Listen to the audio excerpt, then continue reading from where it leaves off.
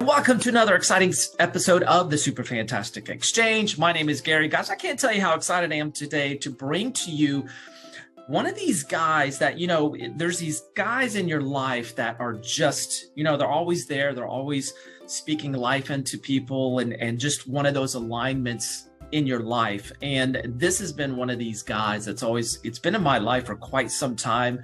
And it's just been fun. But, I've always seen him as, one of those leaders wherever he's at. He just kind of, we may talk about this, but he's the thermostat, not the thermometer when it comes to, adding value to a room. So guys, y'all give it up for none other than Bryan Graham. Woo. Bryan, can you hear him clapping for you? I can. It's amazing. Oh my gosh, it's pretty amazing. That's quite a big fan club you got there. Well, thank you. Hey, Bryan, I want to give you a chance to introduce yourself and share a little bit more about who you are and what you do. All right. Well, first of all, thank you, Gary, for having me on. It's truly an honor. You have an amazing program, so I'm thankful to be here. I'm Bryan Graham.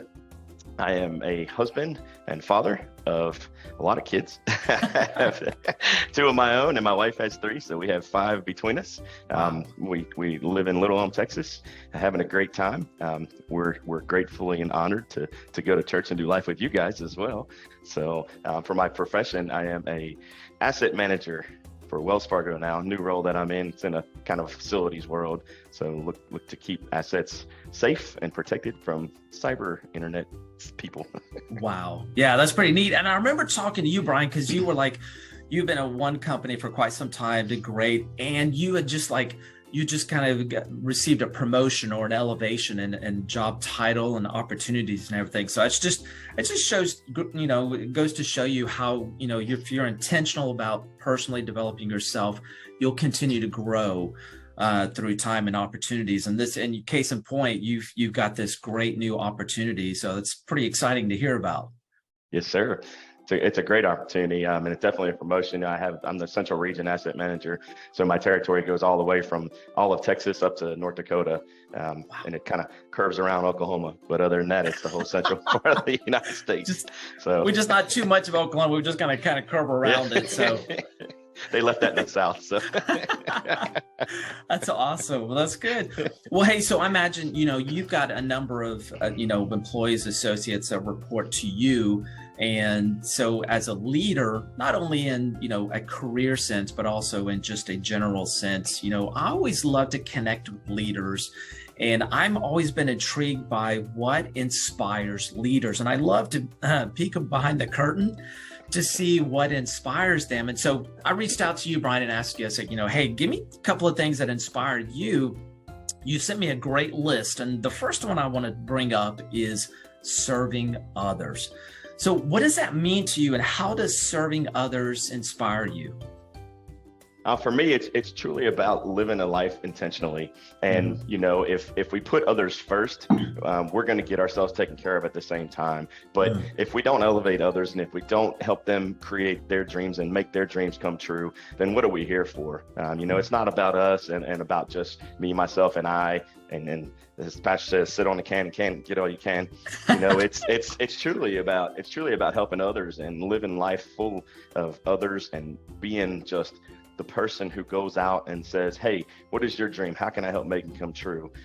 Because, even at work, if we're just treating people as assets, they're going to act like an asset. If we treat them like a human, they're going to be humans and they're going to live their life because they're first and foremost, they're a human being. Before they're ever an employee, before they're ever, whatever title they have, they're a human.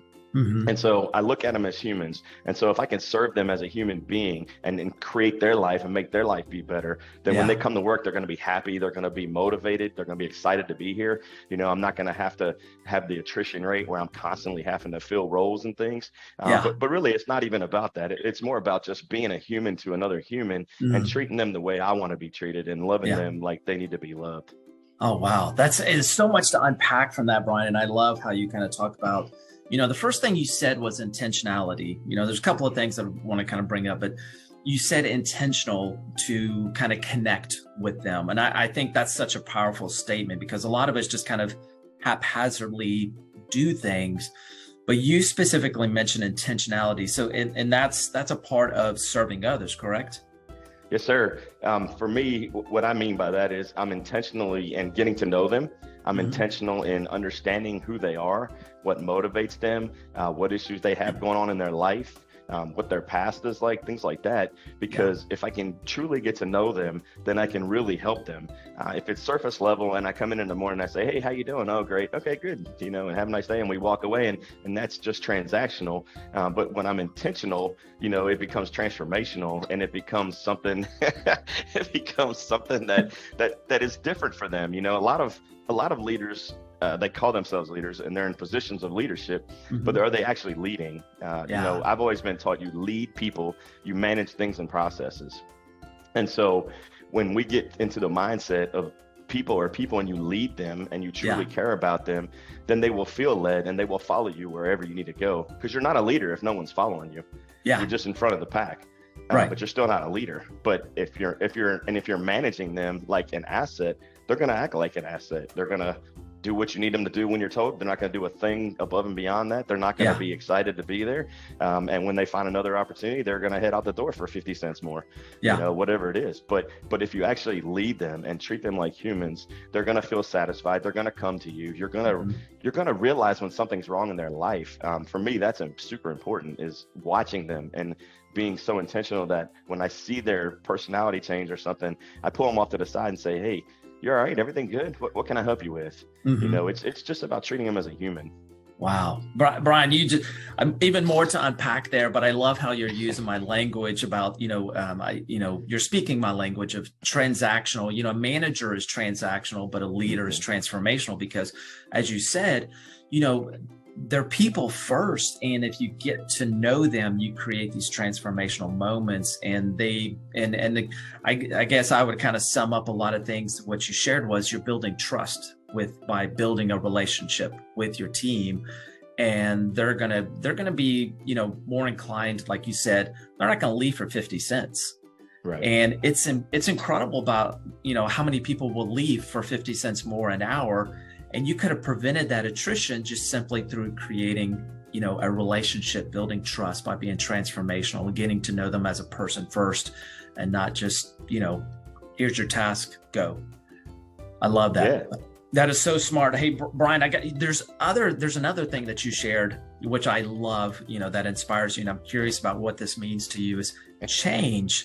Change is something that inspires you. So share a little bit more about what that means to you. Yeah, change for me is exciting.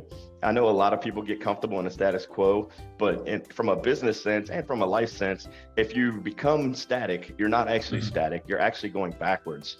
If you look at it from a relative perspective, other people are still progressing, other companies are still coming after you if you're in the lead. And so if you become static, you're not static, you're going backwards, they're coming towards you, you're going toward them. And so eventually they're going to overpass you and your life is going to overpass you as well. And you're just going to be standing still going, what happened? So if you're constantly changing and constantly improving, then that mindset's never going to enter your head and you're not going to get stuck in the mud and people are going to pass you by and you're just looking around like, what happened? You're going to, you're going to be like, let's go, onward and forward. And change is just exciting. You should get comfortable with being uncomfortable. And so if you get comfortable being uncomfortable, then change is exciting. And it's always, and then your mindset changes. You're not looking at, this is how we've always done things. This is, how can I challenge what we're doing? How can I make it better? And then you in turn that into your life and you turn it to the people around you too. And you say, okay, how can I help others be better? And then you do it in a loving way. It's not a, hey, I see you're doing this. That doesn't make sense. Do it this way. It's a, hey, I want you to be better. I know you have this goal. Let me help you reach your goal. And here's how I think you can do it type of mindset. So for me, I love change. I love that it's constant. That's the one thing that's constant is change. Yeah. And if you're not constantly changing, you're lost. You're just gonna get passed by. Oh my gosh. And I love what you shared. I think it's this fantastic quote is if you're static, you're not standing still, you're actually moving backwards. And I truly believe that's such a powerful statement. A lot of us don't believe that, like you said, status quo, we're comfortable. This is good. I don't want to move. But if you get into that mindset, you brought mindset into this conversation as well, which I think is so powerful. If you get into a static mindset of status quo, you're actually moving backwards because everyone else is moving forward without you. And Bryan, I love how you kind of brought into this piece change, you still brought in servant leadership or serving others by encouraging others to move forward with you and to kind of embrace the change. Yeah, absolutely. Because I mean, you can want to do all the change you want, but if the folks around you are in the same stuck mindset, then you're not going forward anyway. You're just kind of dragging an anchor behind you. But if you can motivate them and get them to change their mindset and get them to think that higher level, one, they'll go with you, but two, it'll improve their life. So when they go home at night, they're going to go, wow, what can I do better? And it may inspire a dream, that they never even realized they had. It might inspire a dream to go start their own business, to do whatever they want to do in life. And they may, if they hadn't changed their mindset, they never would have realized it. Right. And I think that, and another quote, Bryan, you've got some great quotes going that, if you move forward without your team, you're just dragging an anchor. And that imagery for me is truly, it's like a ship in the water, just full speed ahead. But if your team's not on board with you, you're just dragging that anchor and you're moving a lot slower than what you could be. And I think that's such a great visual. And I love that quote that you shared. So I think that's probably one of my favorite quotes. That may be a sneak peek quote. I like that. There you go. That's awesome. And Bryan, you also shared another thing that inspires you, which I personally love. And you shared, faith and prayer gatherings inspire you. So share with us a little bit what that means to you and how that inspires you. Yeah, it was kind of interesting. During COVID, everybody got locked out of hospitals. Only the patients could be there. The families couldn't be there, anything like that. And then as everyone knows, family and support systems are super important, and they're critical in recovery in health situations. So one of my best friends, his son got sick during COVID, and we weren't allowed to go in and pray over him. And so what I did was I said, hey, let's get a bunch of folks together. We're going to stand outside the hospital and we're just going to pray over his hospital room. And so that's how this whole thing got started, these prayer gatherings. Because I never intended them to be I never thought it would be like this movement of things we do for people. So that's how it started, was simply for that. So we got together. There was about 20 of us. We just stood and we put his dad and stepmom in between us, and we laid hands on them and prayed over them. And lo and behold, less than a week later, their son came home and he was out of the hospital.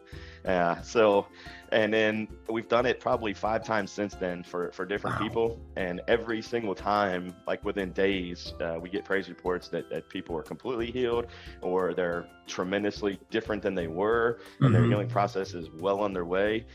It's just been so amazing and powerful. And if you can't get motivated from that, I don't know what'll motivate you.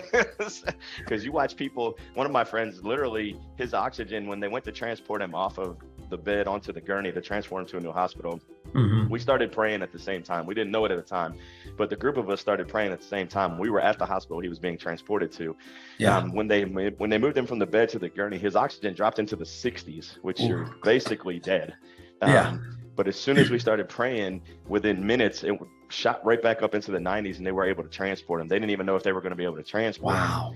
And so, and he's already out of the hospital as well. He's got some recovery from broken ankle that he had surgery on, but he's home. So just miracle after miracle. And it's just been so great. And those power of the prayer gatherings, and then just coming into agreement and believing together, and knowing that God's going to do what God can do is just so powerful and so motivating. It's just amazing. Wow. Amen, man. And that truly is. And I believe there's power in prayer. There's power in words. So speaking life, speaking things as if they are, really does make a difference. And Bryan, you give some amazing examples, and I've seen it personally myself, people praying over my wife when she was in the hospital. And I truly do believe is as you said, there's power in prayer. There's power in speaking life into others. And I truly believe if we take these examples, real life, Bryan, you've got some incredible examples of, praying over people, and they, within short amount of time, and they're out of the hospital. Imagine what we can do at the workplace. Imagine what we can do with our family when we are speaking life to our family, speaking life to our team, and saying, hey, I believe I'm speaking life it can make a difference. Oh, absolutely. And that's why I try to do it at work. That's why I try to motivate people. That's why I speak that into them, because a lot of them will, like my last job that I just left, I hired a young lady who had come from a very toxic work environment. And in fact, she almost wouldn't even interview for the position because she was so against working and because of the environment she came from. And we finally were able to convince her to come over, and she started working. I just started pouring into her and speaking life over her and changing the way she thought and changing the way she saw a leader and what a leader is supposed to be. Yeah. And, she just watching her transform was amazing, because she came in timid and nervous and not knowing what to expect to right before I left, she was promoted into a new role, something she didn't even know she had interest in, but she was doing so well and she was so motivated that she was able to promote into that new position, to take over for a guy who had left right before I did.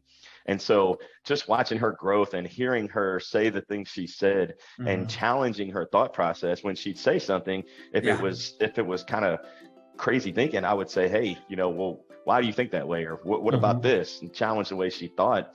Yeah. And it was funny. Her mom came in one day too, because her mom worked for the company too. And her mom came in one day and she was talking about how she had just failed a test for some certification.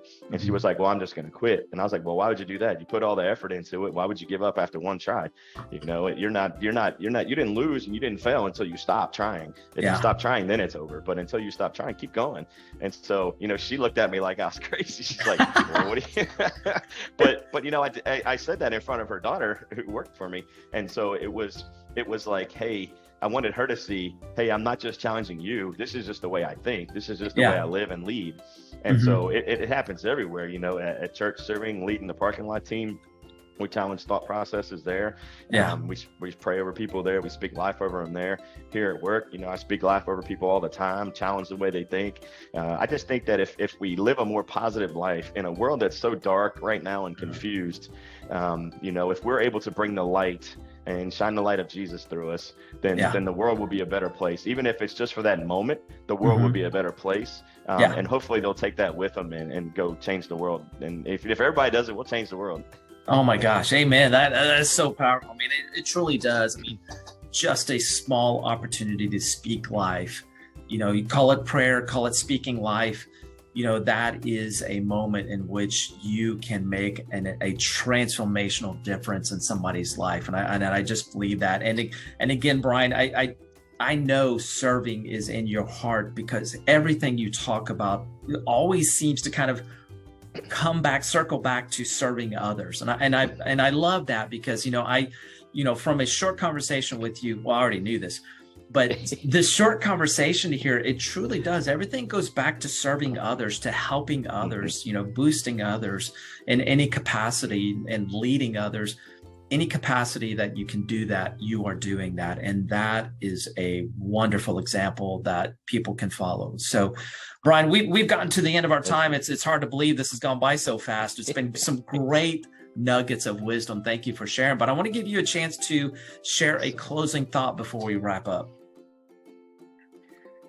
Yeah, I guess for a closing thought for me would just be to love others. Treat them like you would love to be treated. Think of the ideal world where everything is great and speak that over them. If they have a dream, speak positivity over their dream. If you have a dream, speak positivity over your dream. Don't get discouraged. Create small goals to get to where you want to be so that you're continually encouraged. But don't give up, But we're in a chaotic world right now. So be kind to people. Be kind. Understand you don't know what they're going through. You may or may not know what happened that morning. So just be kind to people and just love on people and treat them the way you'd love to be treated. That's just my word of advice. Love it. and smile. I love it, Bryan. I think there's so much truth in what you said. Just, speak life to yourself, speak life to others, be kind, and you really will make a positive difference in the world. Just start with yourself and just go outwards from there. So, Bryan, it's been fantastic having an opportunity to catch up with you and having you on the Super Fantastic Exchange. Guys, I want you to make sure you go find Bryan Graham on LinkedIn. He has become a prolific writer. He's got some great stuff out there. So make sure you go find him, Bryan Graham, on LinkedIn. Follow his post. He's got some great stuff. It really is encouraging. He really does live this out, speaking life, speaking encouragement to others. So make sure you check him out. Bryan, Thanks so much for being a part of the Super Fantastic Exchange. I appreciate you, man. Appreciate you. Thank you, Gary. Yeah. All right, guys. Best of luck. Thank you so much. And we will see you on the next episode of the Super Fantastic Exchange. See you guys.